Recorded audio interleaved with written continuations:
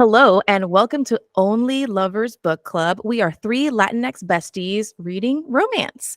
We take turns, and this month was my turn to pick. So we will be discussing Reggie and Delilah's Year of Fallen by Elise Bryant. And I'm really excited because it was a very sweet book, and I'm just excited to have the three of us talking about it. Before we get into it, let's go ahead and introduce ourselves and describe like if we're wearing something on theme or if our background's on theme. And I can go first.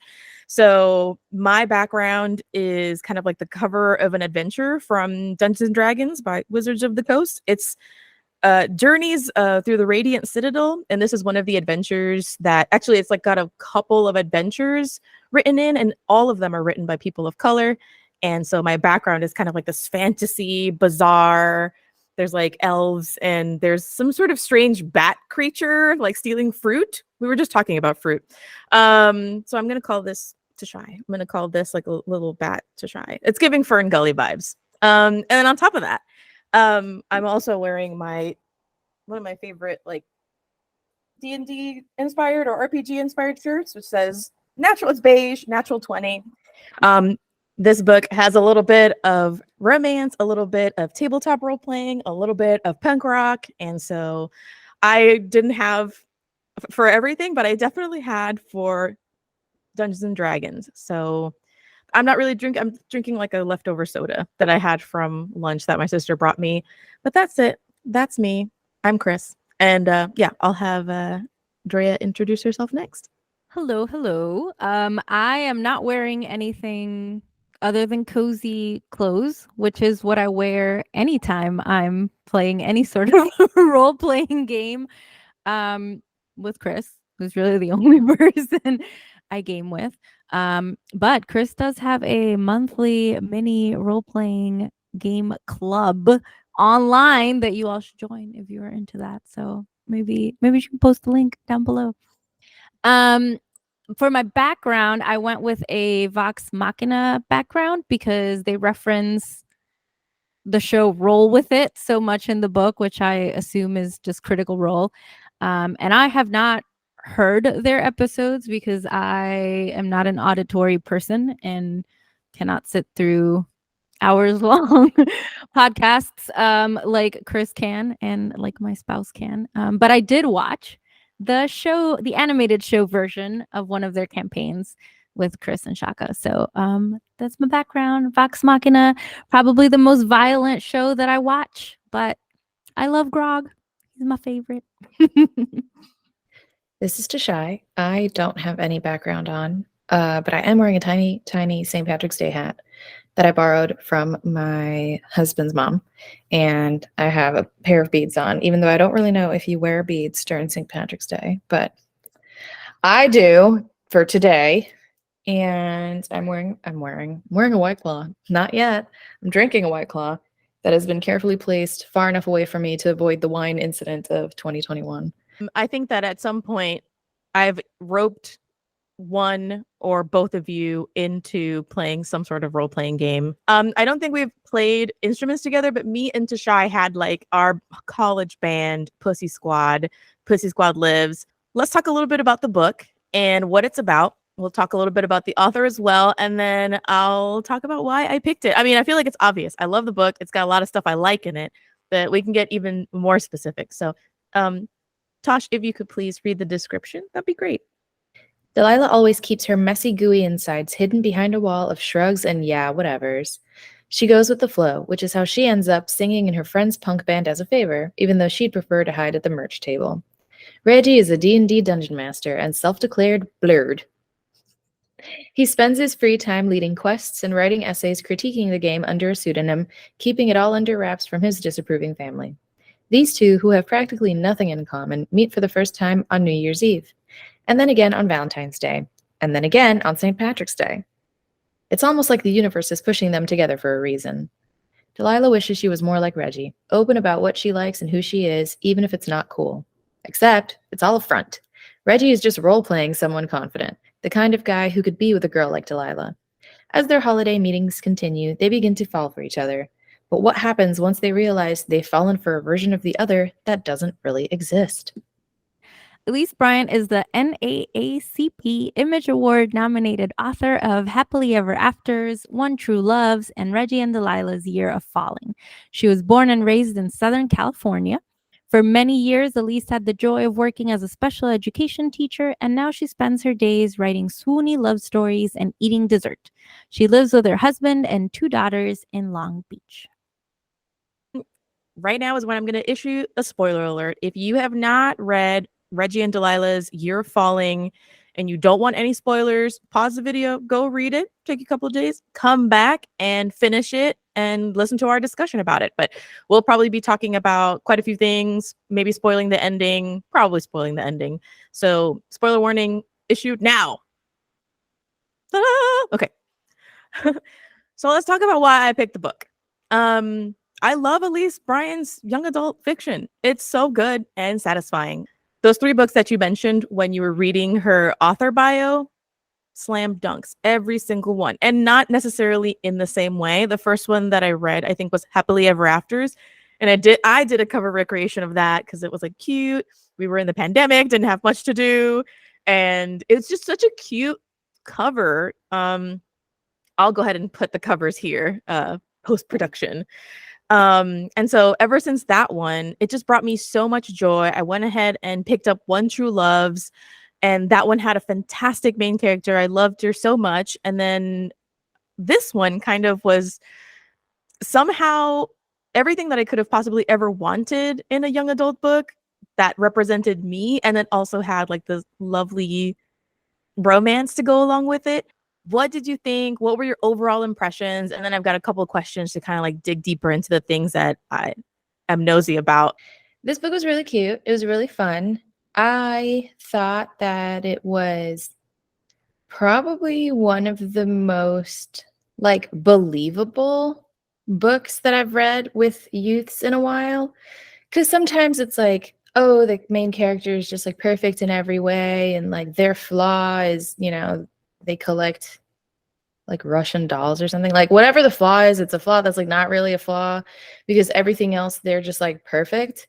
And we've been reading a couple more books now where like people will have, invisible illnesses, or they have stuff going on where they are perfect, but they're making like bad choices that it's really hard to understand why they're choosing to like lie and steal someone's digital identity and like pretend to be someone they're not, that kind of stuff, which is like way harsh, Ty. But with this book, it's like the characters felt more realistic, and like they were good kids. They seemed smart, but they weren't like perfect. And the only reason they seemed perfect was like through the eyes of the person who liked them. So it felt like Reggie was really realistic when he was, when we were in his head, when we were in his moment. He was really good at some things, and then he like wasn't good at other things. And the same thing with Delilah. So I thought that was really nice, and that there was like faults in them that were very realistic and didn't make them like bad people. And I didn't feel the need to just like roll my eyes when something happened, except for like Reggie, I was like, you could solve this so easily, bro. Like, you're the one that's making this a problem at this point, buddy. Like, come on. It was just a really, really fun read. I read it really quickly, and it was one of those things of like, I need like a hobby. Like book club is my one real like consistent hobby, but it's like, I want like a skill now, because she like learns to play guitar and joins this band, and I'm like, I need like, I want to do that. I want to be that. So it left me with the like desire to have like something like that, which I think was a really nice thing to be left with from like a YA, like little romance book. But yeah, I really, really liked it. No, I really liked it too. I thought it was very sweet. I enjoyed all of the characters. I enjoyed all of the things. So I felt like all of the specific interests and things in this book are either things that I do in my own time, or that I'm like adjacent to. Like, I don't know how to play any instrument. I can't sing or anything like that, but my partner plays guitar and is like a singer-songwriter. And so I was like, oh, I know a little bit about that, you know, as like a witness. And then obviously I could relate to the gaming stuff. So yeah, I really enjoyed all the, like Tashai said, like the hobbies and stuff. I too have been searching for a hobby that is not book related, Tosh. So, you know, we can help each other find something. It's not going to be instruments for me though. I no musical talent, but something else. Yeah, I honestly I have zero negative things to say about this book. I really really enjoyed it. Speaking of hobbies, so I've got a couple questions here that are book related and, questions that I'm just interested in, like what you have to say about it, your personal experience from the themes in the book. One of the questions I've got here is thinking back, right? I know both of you say you don't have hobbies now, and audience, please don't judge. Like, life is hard. It's hard to make friends as adults.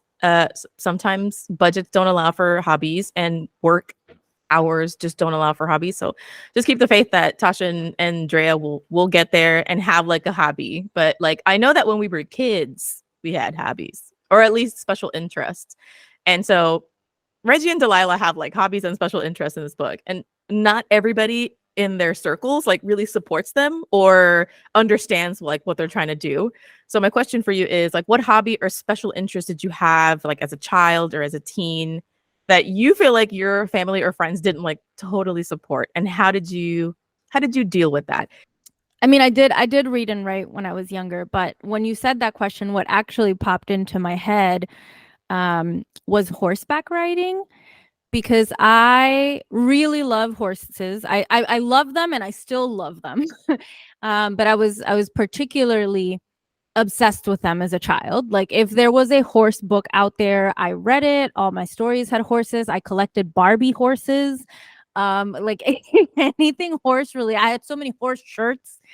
But anyway, so my parents didn't have a ton of money, but they paid for me to go take a horseback riding lesson once a week. And so they were supportive. Now the issue was, so at school, none of my friends were into horses or did horseback riding. And so in the beginning, people didn't necessarily tease me about it, but I couldn't really talk horses to anyone. When I got to high school, unfortunately, that's around the time Cruel Intentions 2 came out that has that one horse scene. And so then I started getting explicit. She had like orgasms while riding a horse or something. And so then I was already getting bullied at school. Then I became like the butt of those jokes, which was absolutely terrible. And you can imagine like baby Andrea just being mortified that anybody would think that of me. So that was at school.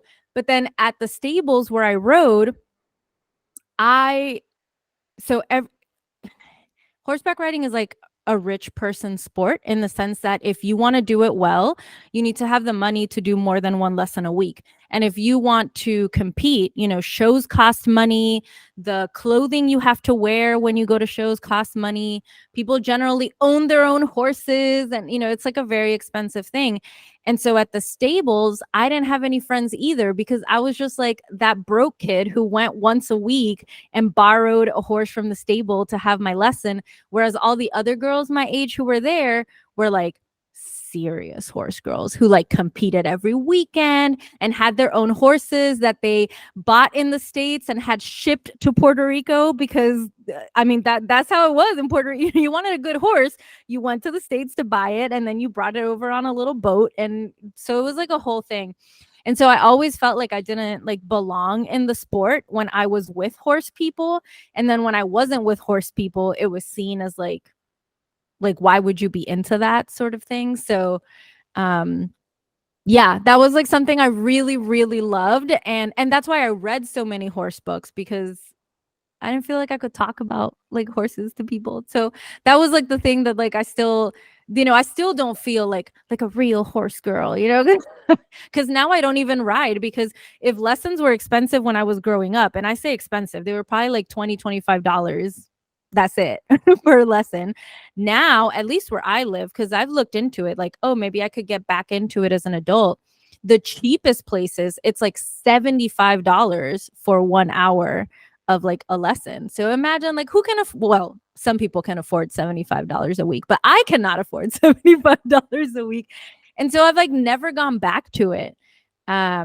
Someday, you know, like I have dreams where I have land and I have a horse and I ride my horse bareback and we have like, you know, a horse whisperer bond going. But yeah, that for me is my thing, that I've always felt like I'm not part of the in group and nobody got me. You're a horse girl in my heart, 100%. Thank you, Chris. Yeah.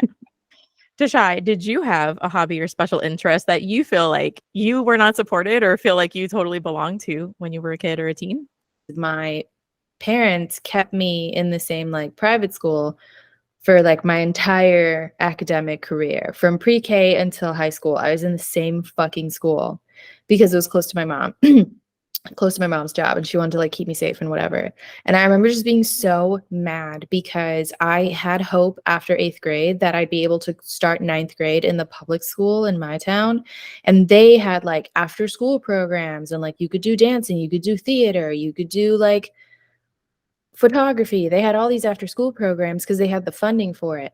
And my mom just like ended up keeping me in the private school. The private school added a 9th grade, then they added a 10th grade, then they added the 11th grade. And I kept being like, Mom, I want to go to the public school. I want to be able to do dance classes and like theater. I think I could do well. And she's like, nope, we're not going to do it. You're going to stay in the private school because you need to be close to me and it's like safer.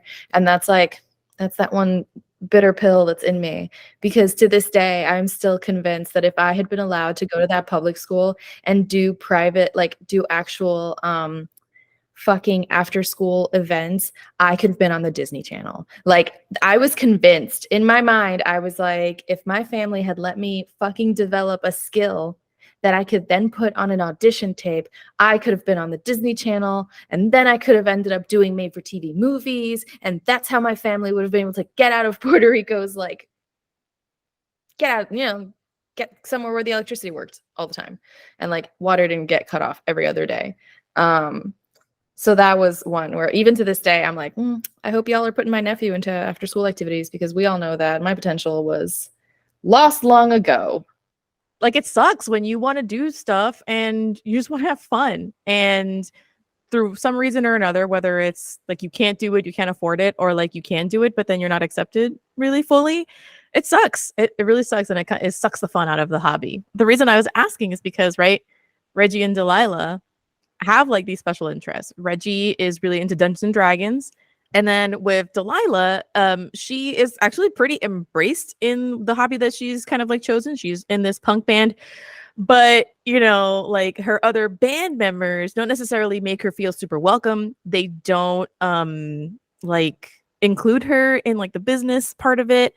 And it really does feel like they have her there to, you know, she's almost like a diversity hire, you know what I mean? Like it's just a bunch of white guys and she's there and it's like, whoa, check out this band with the black girl singing punk songs. And, you know, people are into that. And this is another thing, like black punk has existed for a long time. People like don't even realize that black people invented punk rock. And so, yeah, that's why I was kind of like bringing it up, because even though these activities are supposed to be really fun, there's like a stress there.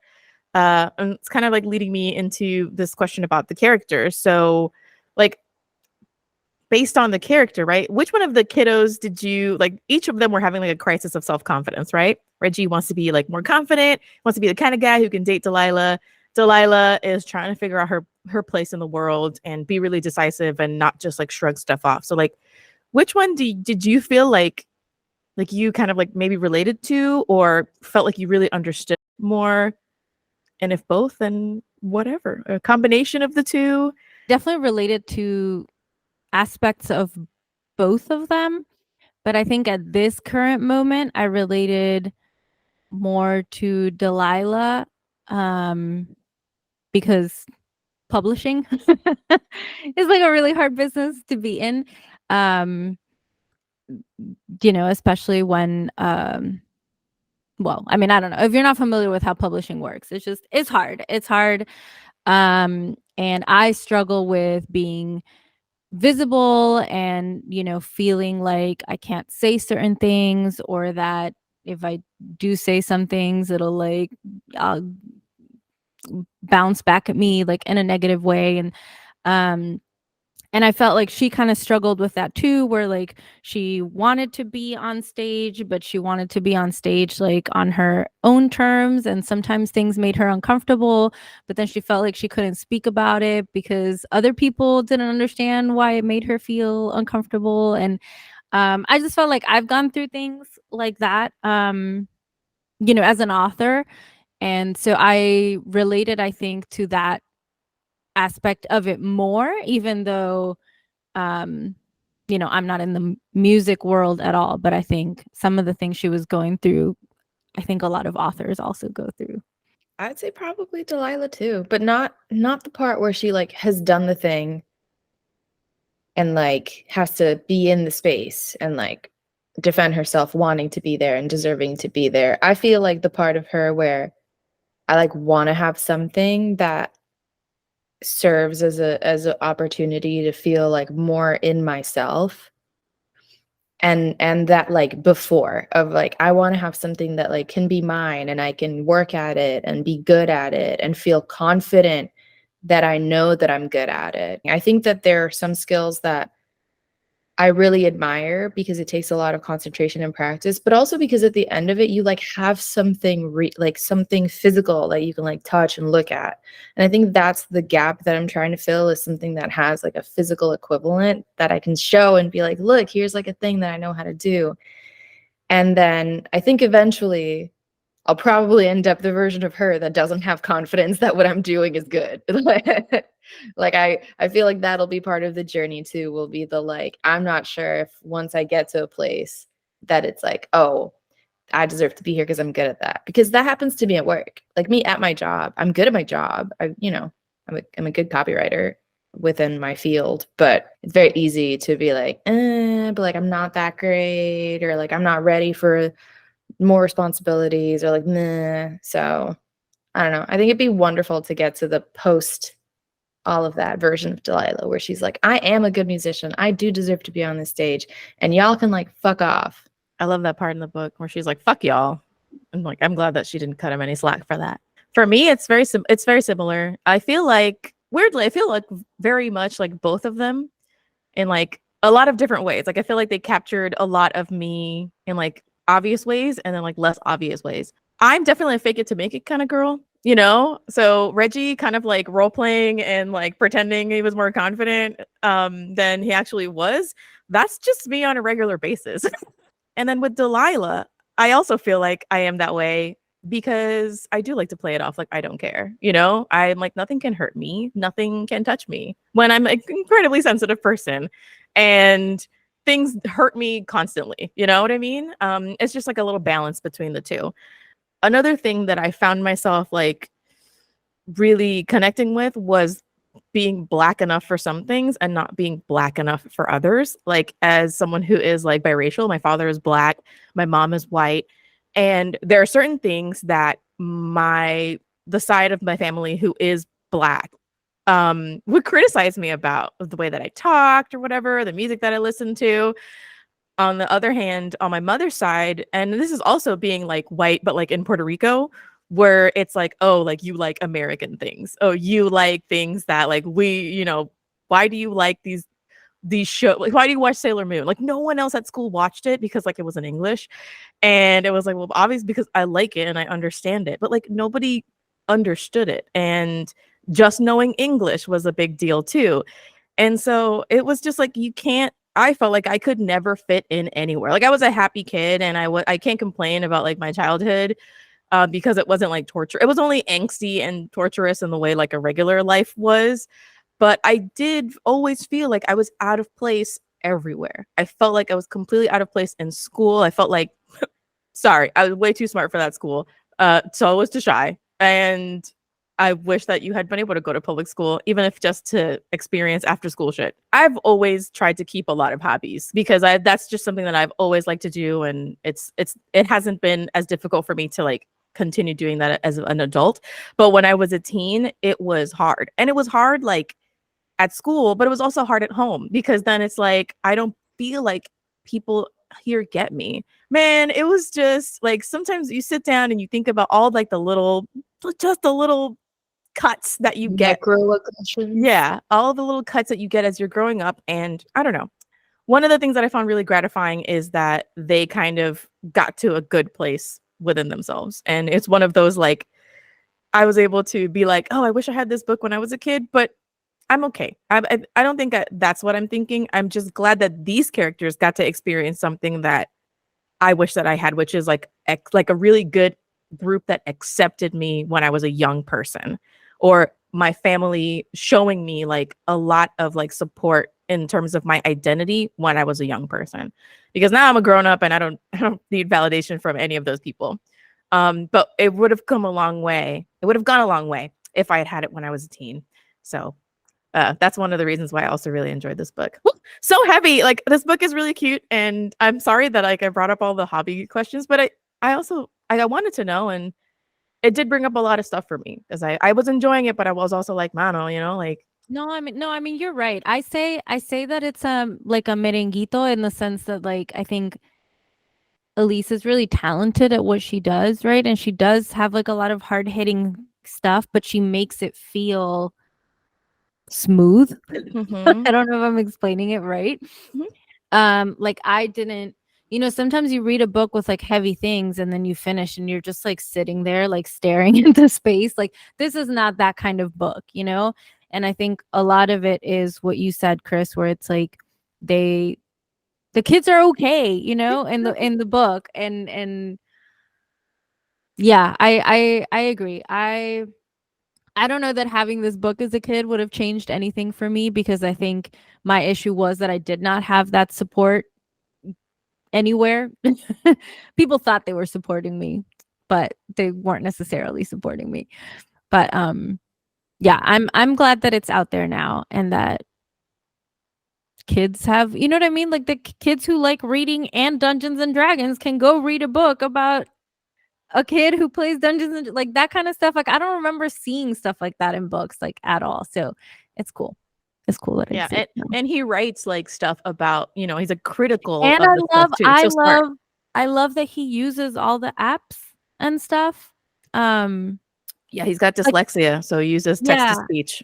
as yes, and just like as a teacher, it just I like seeing that in books because I think like often kids I like that he said, why is it an issue that I want to use these apps forever? You know what I mean? Like that kind of representation I think is really important. Yeah.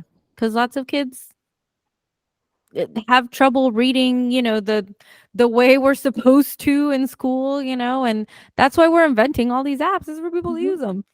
So And I love that. I love that. It's dumb to think that like accommodations should only exist in the school like in the school space when companies like also have accommodation requirements. Like we are as a people understanding that your ability to perform a task may have other requirements, but that why should you not have access to that? So Mhm, like access to accommodations is like a really big thing. It's expanding more and more every year. mhm. So it Yeah. is good to have him say, well, why would I give up something that helps me function in the world that I live in? Like he Yeah. should. You just figure out how to incorporate that Mhm. into your day-to-day even more and help it turn you into like an even better version of what you're trying to do. When I read that, I didn't know that she used to be a teacher before she was an author, but when I read that I was like, Elise has been in schools. Just the minute the word IEP came up, I'm like, Elise, are you one of my people? Oh yeah, she is one of us. Yeah, pretty much. And I mean, the fact of the matter is that even though like accommodations exist, we live in a deeply, deeply ableist society. Mhm. And so, um, just the fact that we had a young character kind of like advocate for himself and what works for him in his life, gold star. Loved it. Love to see it because it's fucking tough out here, man. And not just that, but to show him as like a successful writer who has lots of people reading his writing that he does using like speech to text. Like, you know what I mean? Like, this isn't just an accommodation to like help you get by the bare minimum. Like, no, you can still do all the things that other people are like. You can still be a good writer if you, even if you use apps, you know, to write, you know, that's it's like, oh, can you be a reader if you only do audiobooks? Yes, it's like the same mentality, you know. So it was really cool to see him be a writer and to see him being recognized for his writing that he did using these apps. I really enjoyed that. Awesome. Awesome. Awesome. All right. Let's talk a little bit about the romance. This being a romance book club and all. Gosh. It took me a little while, but it's okay. I've got at least one question about the romance here. And it is a little bit about how the book is structured, right? And so the story takes place in the span of a year, right? Over like holidays. They like keep meeting and holidays before they're actually like texting and interacting quite often in between those holidays.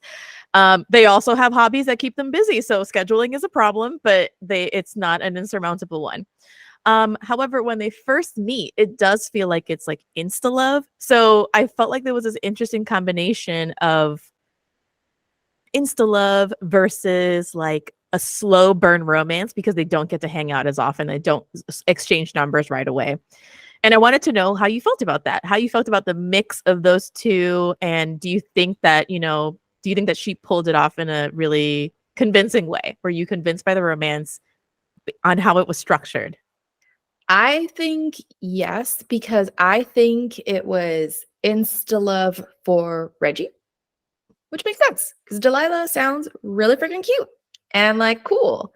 And obviously, she's going to be there singing and it's going to like blow people's minds and be like awesome.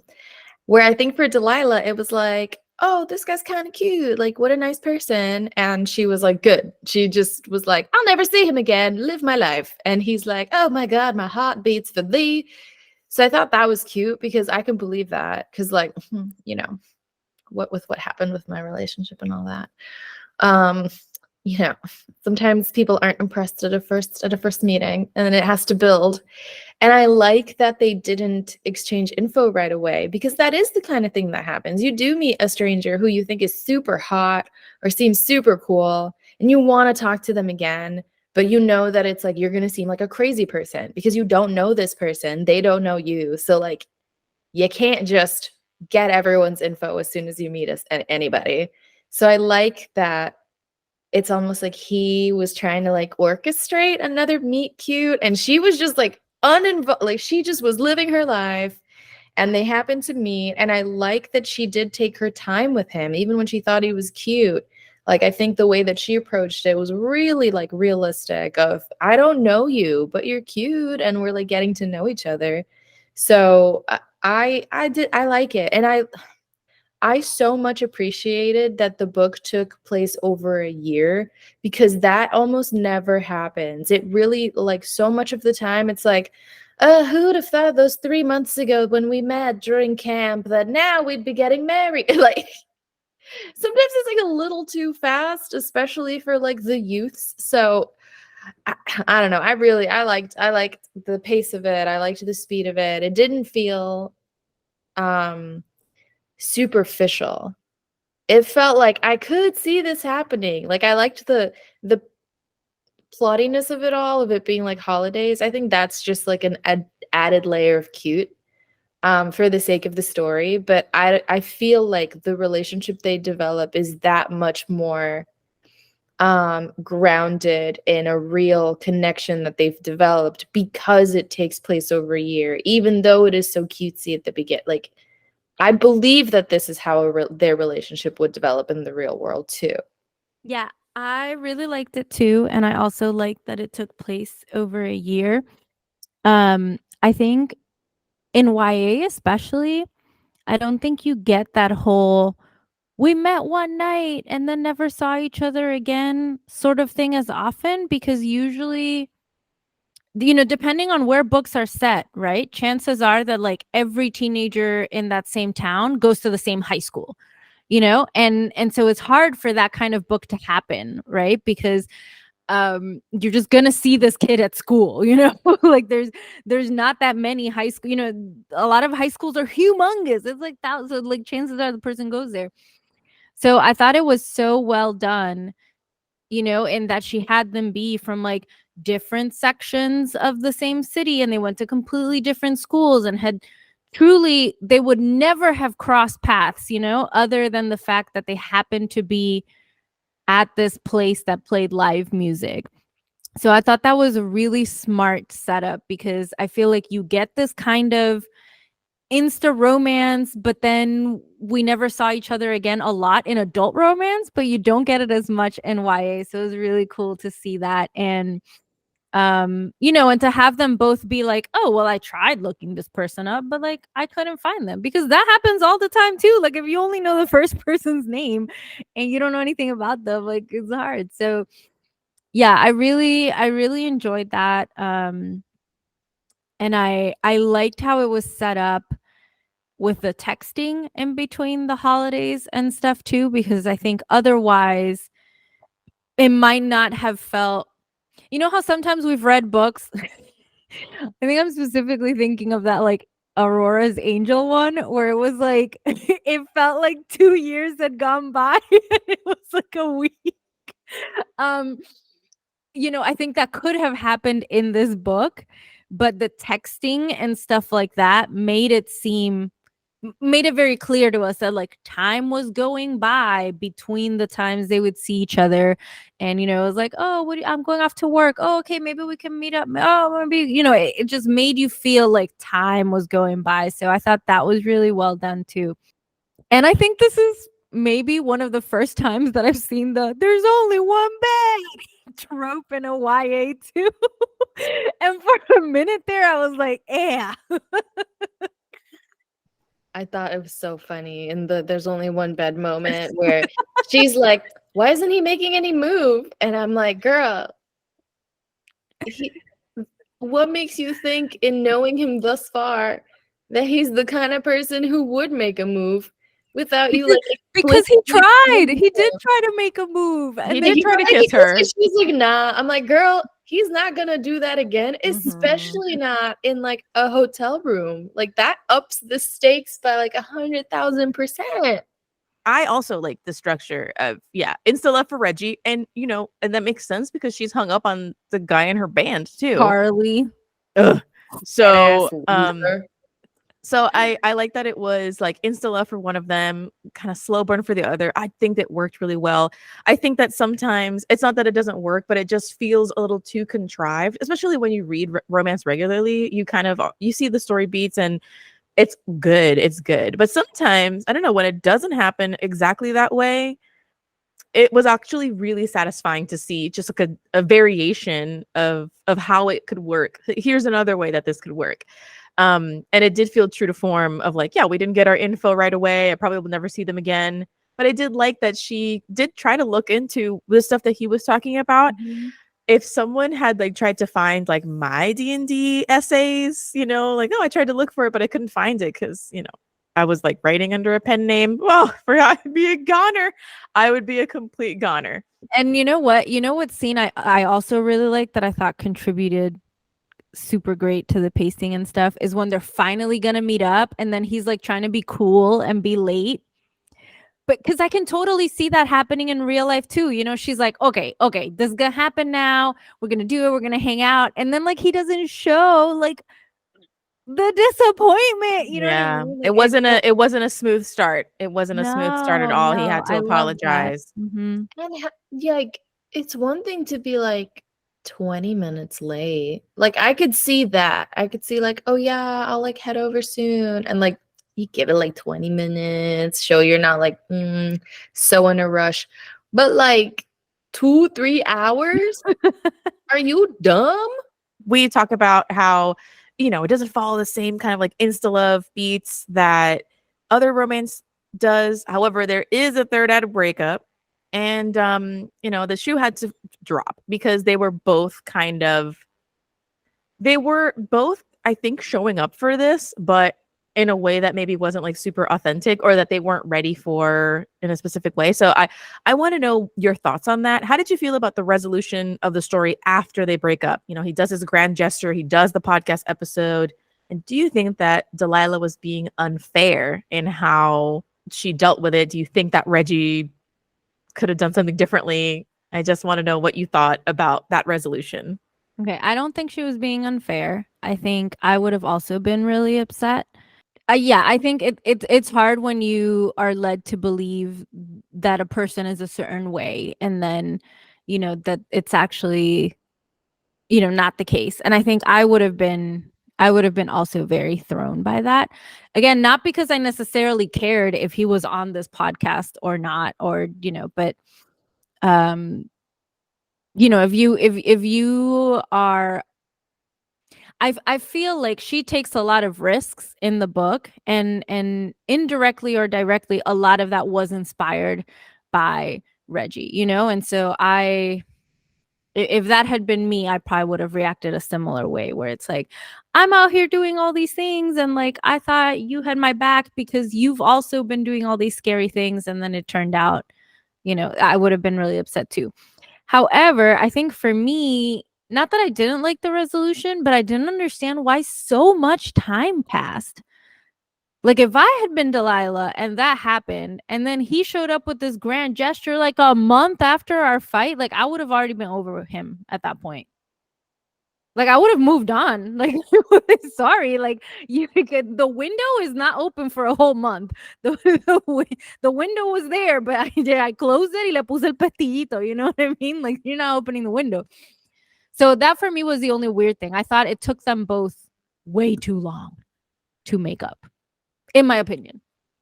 I agree with her reaction because, like Andrea said, it's not that he lied about like a hobby. Like, he lied about his personality. And I think that's a really big difference, because if I am dating you because I think you are like an empathetic, like understanding person, and then I find out that you are actually like a piece of shit, I have the right to, be mad about that. And it's not like, obviously this isn't that extreme, but at that point, she's met his friends. She's spent time with the groups of people that he hangs out with, and he's looped his friends into this lie. It's become this like bigger on. And so then it's like, well, where does the line between what's real and what's fake get drawn? Because you lied with your friends, but then put her in a situation where with your family, she had no idea what she was walking into. She was totally unprepared for that dynamic. She, what if she had also been someone who struggled with like bullying in her home? And then she walks into this situation and is just seeing all of this shit going down and has no context for it. That's a really embarrassing place to be in, to say that, to feel that you've like fallen for somebody and they pulled the wool over your eyes and tricked you with this grand scale scheme that his friends were in on for like months. Like, I totally understand where she's coming from with her reaction. I even think that like her feeling like she missed him and that kind of stuff, I think if it were me, I probably would have still been really pissed about it. And I don't think that the grand gesture made as much sense. I think the podcast part of it, like, okay, he's apologizing, like, fine, that kind of makes sense. I thought he was probably gonna write like a piece about it or something, maybe something to do with like being Black and being ashamed of your identity. Like, I thought that was where it was probably gonna go, not like creating a D&D adventure type thing for the podcast. And showing up in like the costume also just felt, I don't know. That's where it like jumped the shark a little bit for me, because I'm like, you don't like, I don't think you need any of that part of everything. Like, her whole thing was like, you weren't honest with me, not, oh, you weren't like authentically your nerdy self. You were still your nerdy self with me. We went on a comic book date. Like, you didn't hide your nerdy self. You like hid the fact that you were ashamed of that. And so like that math didn't quite add up for me. Her feelings, I think, definitely made a lot of sense. Um, if I had like one part that I would like tweak, it would probably be that. But I think it makes sense to me that like they did make up because it's something that they can work through. But I think Delilah, realistically, it would probably take a couple of more months to like be able to trust that he was being his like realistic self around her. And I am glad that the family had the conversation, but it was also like with his resolution with his family part of it too. That was like, oh, I'm just being your older brother. I didn't realize that I was like tormenting you and traumatizing you. Like, I was just kidding. Shut the fuck up. No, yeah, you did. You knew you were being a dickhead. So that part of it was like the switch flip of the brother going from like you're a fucking loser to like, don't you talk about my brother that way. Those are my two pain points. Yeah, In- I did think that the brother thing was gonna go down a different way. Like, I think it was just like his brother was gonna feel so guilty that he like inadvertently caused him to lose like this one person. You know what I mean? Like, I thought it was gonna be like, oh shit, like my actions have consequences. Like, I just caused them to break up, and I just got, you know what I mean? Like, I thought it was gonna go in that direction. Um, yeah, but I mean, I wasn't. These are like very small, like if I had written the story, maybe I would have written that part slightly differently, but the story still hit for me. I like that they made up. I thought the whole D&D thing was cute. Um, I just was confused why it took so long. That's all.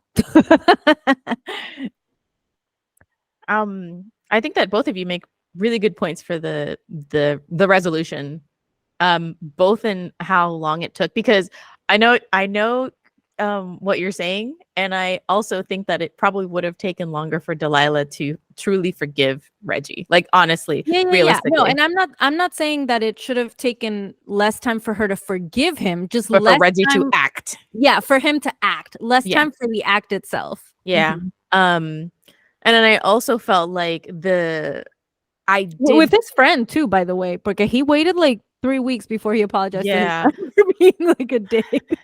I mean, the only thing that I can kind of like maybe see explaining that maybe is because the podcast stuff takes a while to edit, put Mhm. together, and publish, and there might be other episodes in the line. I don't Yeah, know. yeah. I only know edit and publish this podcast.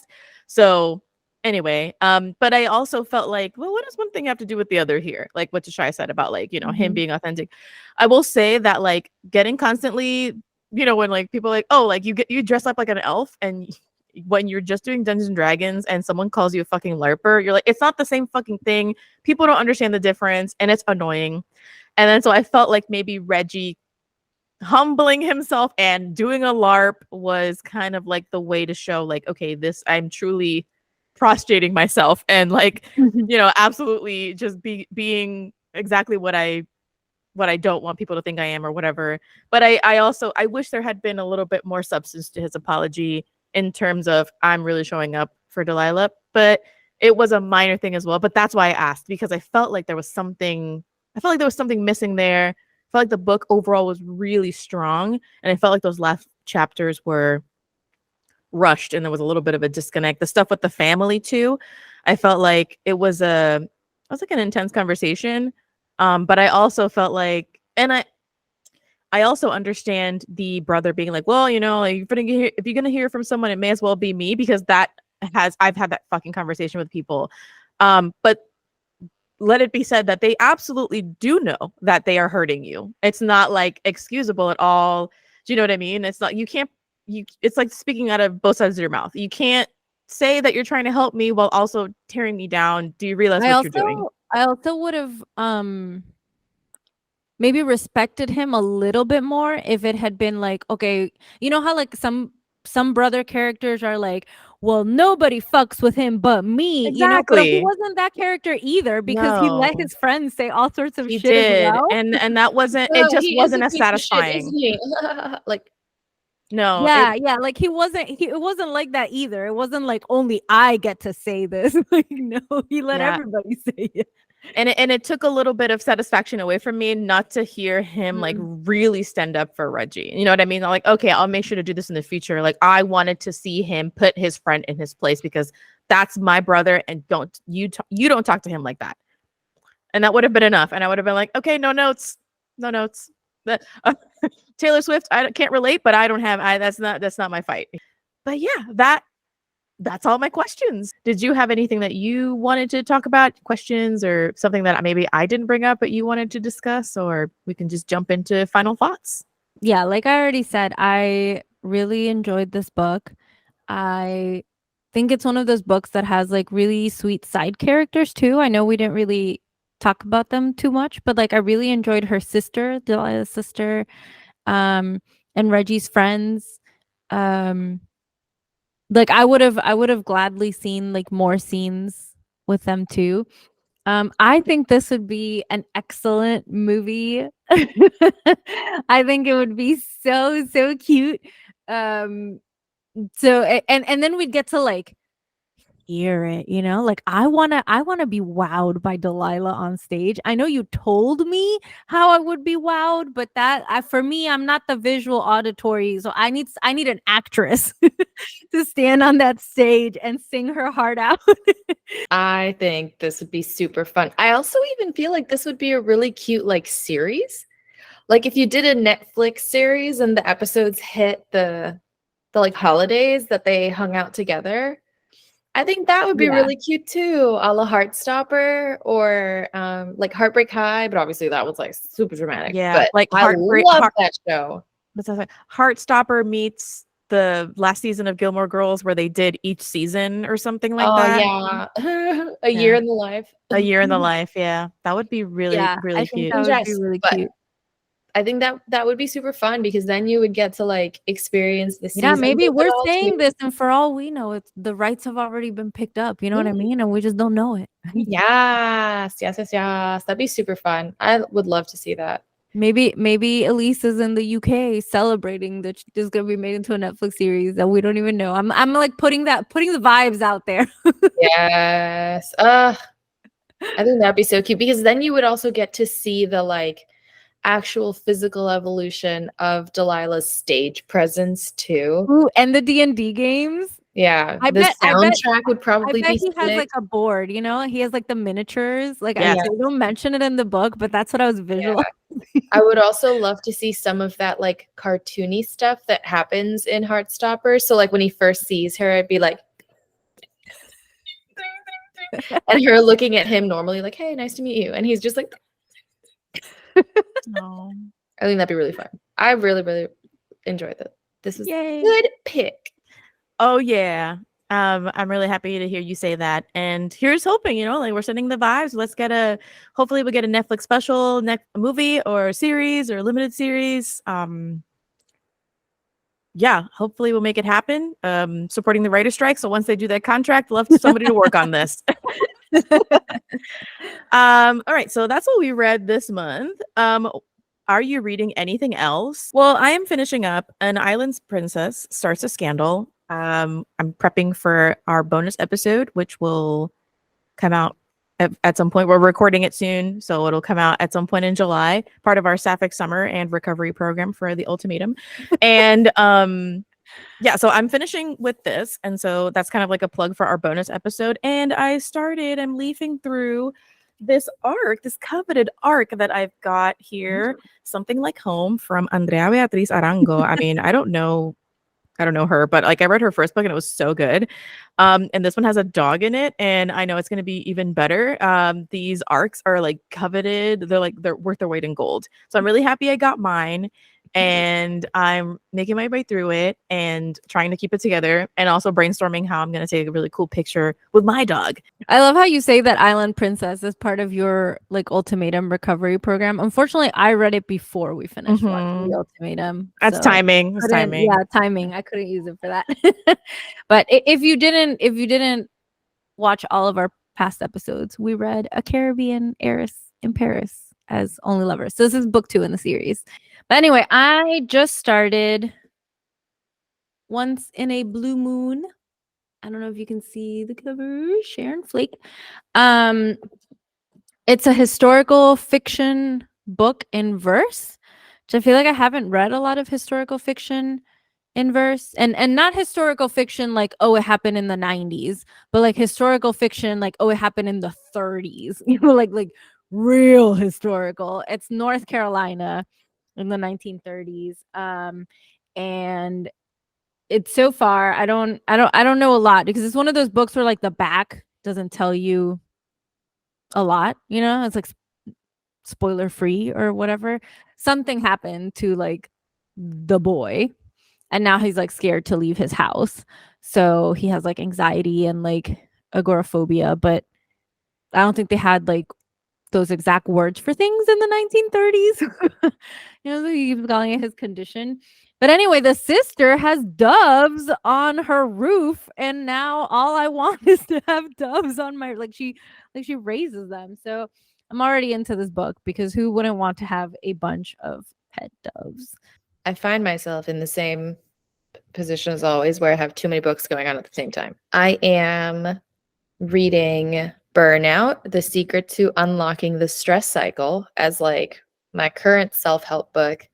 Then for fun, I'm reading Princess in Pink, which is like the 5th Princess Diaries book.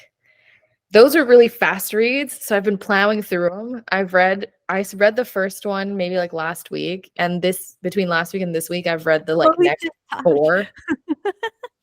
My loan for the Once and Future Witches came through, but I don't know if I'm going to be able to like get through it in time. I have it due in 8 days, so we'll see if I can like get started on that one, because I'm about 80% through Princess in Pink, but I'm only 2% into the Once and Future Witches. There's already 3 people in line after me.